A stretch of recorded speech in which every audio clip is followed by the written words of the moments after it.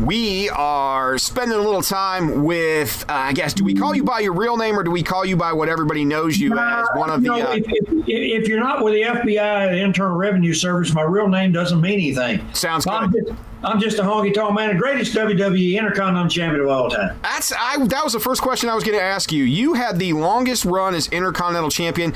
Is Gunther the one that just beat that record, or did it happen before that? No, he broke the record. Yeah. So, a lot of people ask me about it and everything, but I didn't keep up with it. If you don't work at the post office, you don't care how many pieces of mail they deliver. So I don't work there. I don't care what they do, and I don't keep up with their product. But then people said, well, he's going to break your record. He broke your record. What do you think? I said, well, I really didn't think about it. But, it had been 30 years. When something goes for that long, it's like, will they ever break it? I didn't think they ever would because of the way they change the titles so often nowadays. But it's been broken, and that's fine. I don't know the fellow. I never watched him. I've never seen what he does or anything. So, the one streak it just has no effect on me. The one streak I'm upset that they let break was the Undertaker streak. I kind of feel like that was the one that should have been his thing, and it should have stayed intact.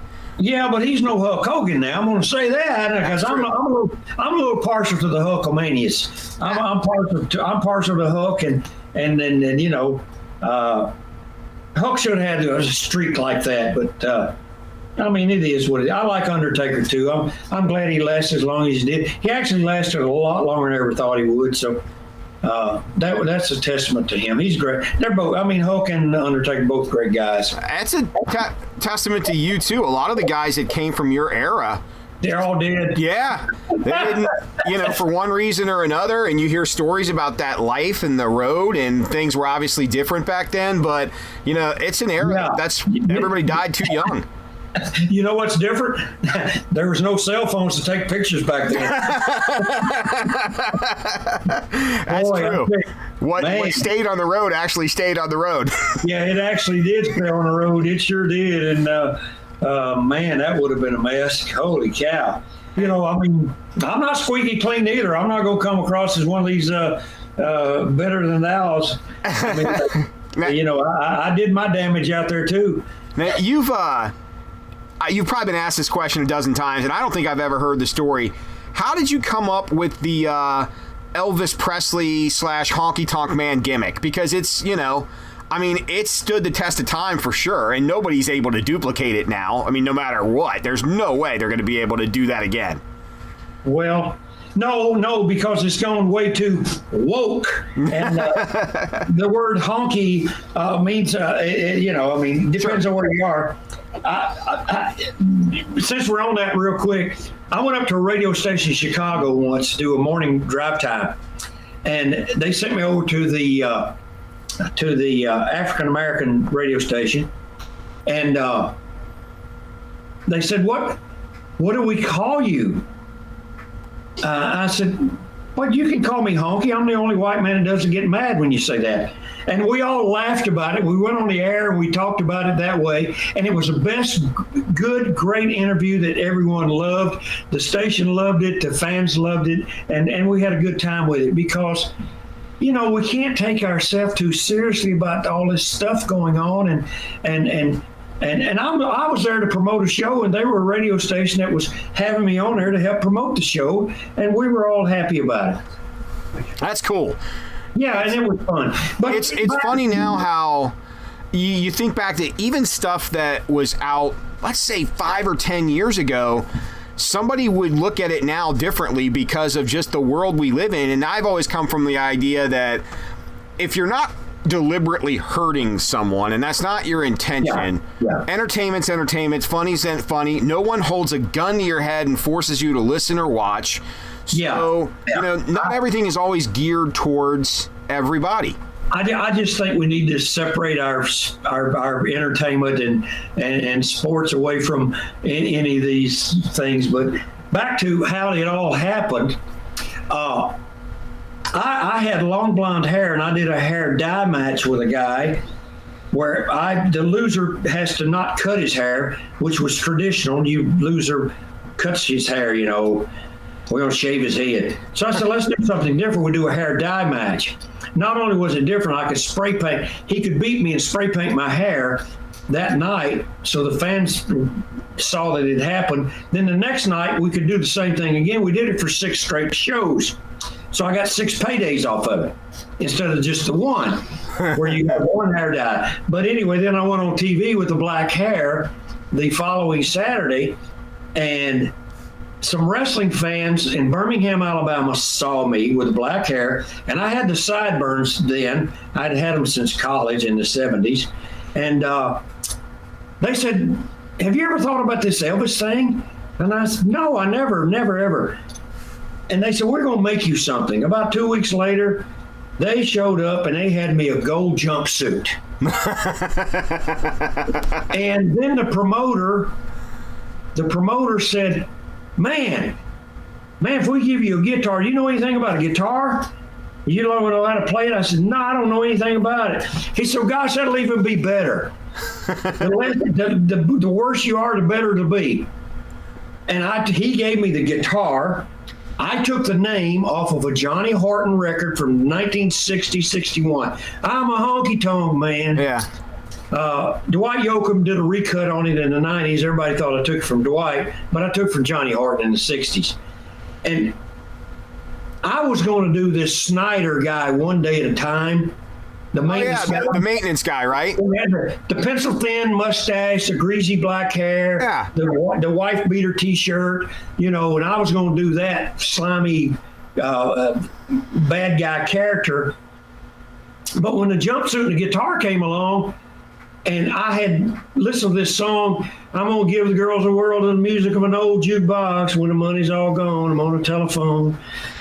So that exemplified what I was trying to portray and I was down in Mobile and Pensacola and down in the southeastern part of the United States, where I knew that this honky tonk thing was it was a nightclub on a Friday and Saturday night where, they fight and they break bottles over each other's heads and they get in the parking lots and, they go at it, and just a rough joint. And that's what it was all about. And then it took off. It just took off. And I took it to Canada, and it got bigger because we were on nationwide TV up there. And then I got by Hulk Hogan. I mentioned him. He saw me, and I had not seen him in about 10 years. And he put a call into WWE for me. They brought me in, took a look at me, hired me on the spot, and wanted me to be a good guy. But I told him I had developed this thing to be a nasty, dirty, slimy Snyder, wife beater character. I'll get in trouble for saying that now on the radio. But anyway, this was back in the 70s, folks. But anyway, I had been on Canadian TV for a year, and they saw this character. And my first TV tapings for WWE was in Toronto. Yes, now you're laughing because you know where I'm going. Here I go out as a good guy, and everyone in the building booed me out of the building. And I did 3 hours of TV tapings there. I did 3 matches on for 3 weeks. So for 3 weeks, everybody in the world heard people booing me. And I went to Vince and I said, I told you I can't make this work. He said, no, you can. After another 3 weeks, when they booed me again, they said, okay, do it your way. And then it took off. And it was a heck of a run. I mean, you creme de la creme of that era you faced, and it was, it's weird now because at the time, I'm guessing you were hated. Yet you fast forward all this time, and you're probably one of the more beloved characters of that era. Everybody remembers who the Honky Tonk Man was. Yes, it really touched a whole generation of people, but still today there are people around your age level that come to me and they say, "Man, I hated you so bad." And I said, yeah, because I was good at what I did. Yeah, you were, but now it's like I really love you. Yeah, but when you were 8 years old, you wanted to kill me. Yes, I did. I wanted to kill you, but is it more fun? Is it more fun to play the bad guy than to be the good guy? Well, I had never been the good guy, so I had developed this whole thing to be a bad guy. Okay. But when it comes to fan reaction, I mean, it's as a bad guy, you can manipulate the audience easily. As a good guy, it's harder to manipulate them and get those pops out of them, that the boos or the cheers or the throwing stuff at you. But as a bad guy, it's more dangerous because the fans, they really sometimes start believing it. My grandmother, God rest her soul, all 4'11" of her, used to religiously watch wrestling on Saturday mornings and on Monday nights. And I remember I would go over, and I was probably in high school at the time, probably younger than that. And I would come over and I'm like, Grandma, what's wrong? She's like, Hulk Hogan is going to get killed. And I'm like, I'm pretty sure he's going to live through whatever they have set up. But well, the thing is, the good guys got cheered, and the good guys, people took pictures of them and they sold their merchandise. So they made triple or double or 5 times as much money as we did. And then we had to fight people in the parking lots. I've had windows broken out of my car. I've had my tires slashed. I've had guns pulled on me. I've had knives pulled on me. I've fought in the parking lots. I've fought my way to the ring. I fought my way out of the ring. I have had to fight people in the ring. It was dangerous. I mean, as a young guy and saying, man, this is great. We started a riot tonight.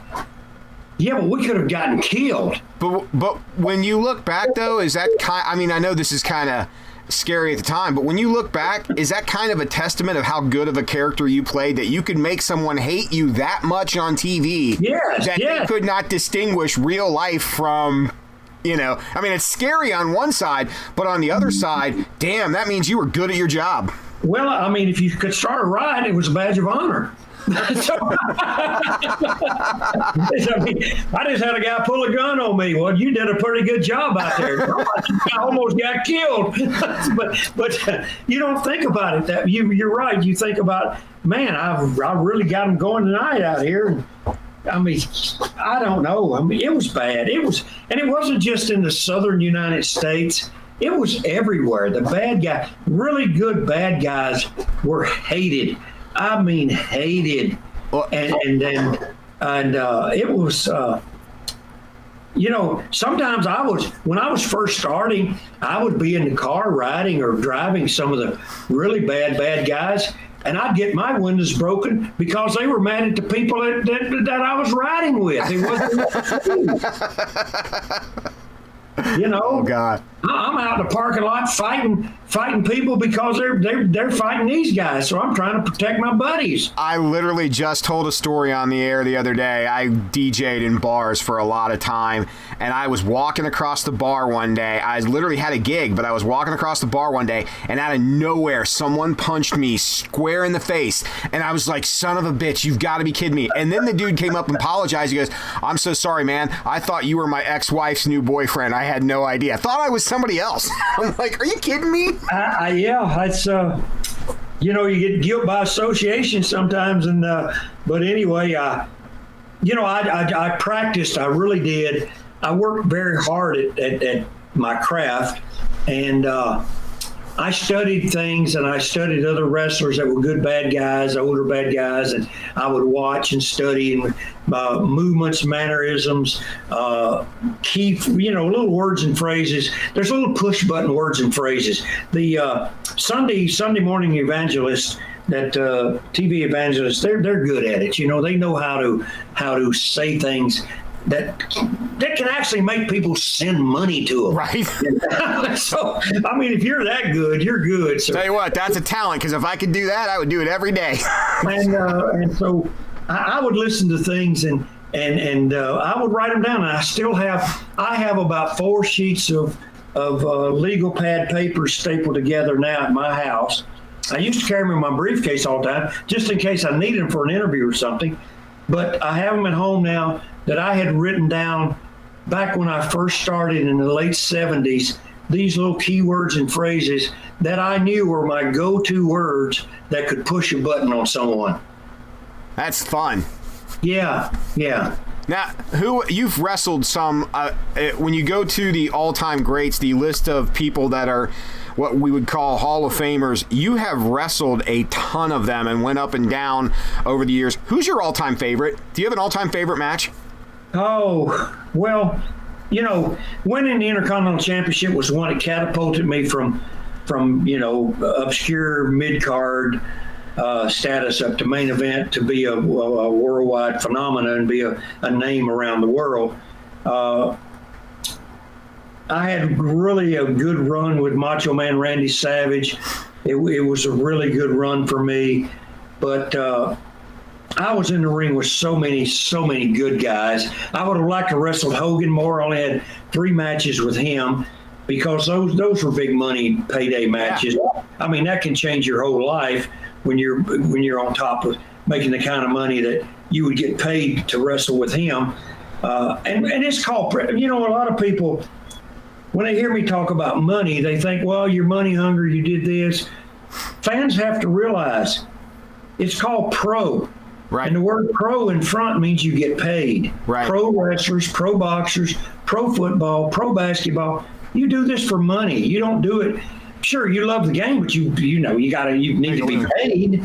And but anyway, those things. There's some guy I wrestled Luthez like my 3rd match in the business. He beat me up pretty good. He was a rough and tough old kind of character, but he was Luthez. He was one of the greatest wrestlers in the world. And I did so good with him that he told a promoter, next month when I come back, I want to wrestle this kid again. So I ended up wrestling Luthez about 4 times in my career. And so, I always worked at trying to be good at what I did. Because if you don't want to be good at what you're doing, find something else to do. Right. Absolutely. And if you're not, and if you can't be happy, stay home. Well, I would be probably screamed at if I did not ask the question. There's been a lot of controversy going on with McMahon these days, and obviously you were in a different era. Does any of that surprise you? I mean, I don't expect you to gossip or anything like that. Does it surprise you? Did you see it coming? Was this, is there worse stuff that we don't know about? No, I mean, I don't know anything about it. All I know is when I was there with Vince McMahon, the Vince McMahon you see today with the black hair, the little mustache, and whatever, that's not the guy that I knew. That was nothing that I knew at all. I mean, he was Vince's promoter. He was a guy that I could go to and talk to.